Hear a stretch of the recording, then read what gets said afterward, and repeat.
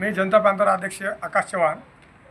जनता panther संघटनेतर्फे आम्ही सामाजिक समाज आयुक्त साहेब यांना आपण निवेदन दिलेलं आहे की जे काही सामाजिक पैसा आहे समाज कल्याणचा तो इतरत्र वर्ग होत आहे किंवा ट्रान्सफर करीत आहेत ते न करता जसं की स्कॉलरशिपचा पैसा आहे, अपंगाचा पैसा आहे, जे काही योजना आहेत समाज कल्याणमार्फत चालतात त्याचा पैसा थांबून हे दुसरीकडे जसं की लाडकी बहीण योजना आहे, त्याच्यानंतर आता काय जे काही दिंडीचा प्रोग्राम आहे इकडे वर्ग करीत आहेत.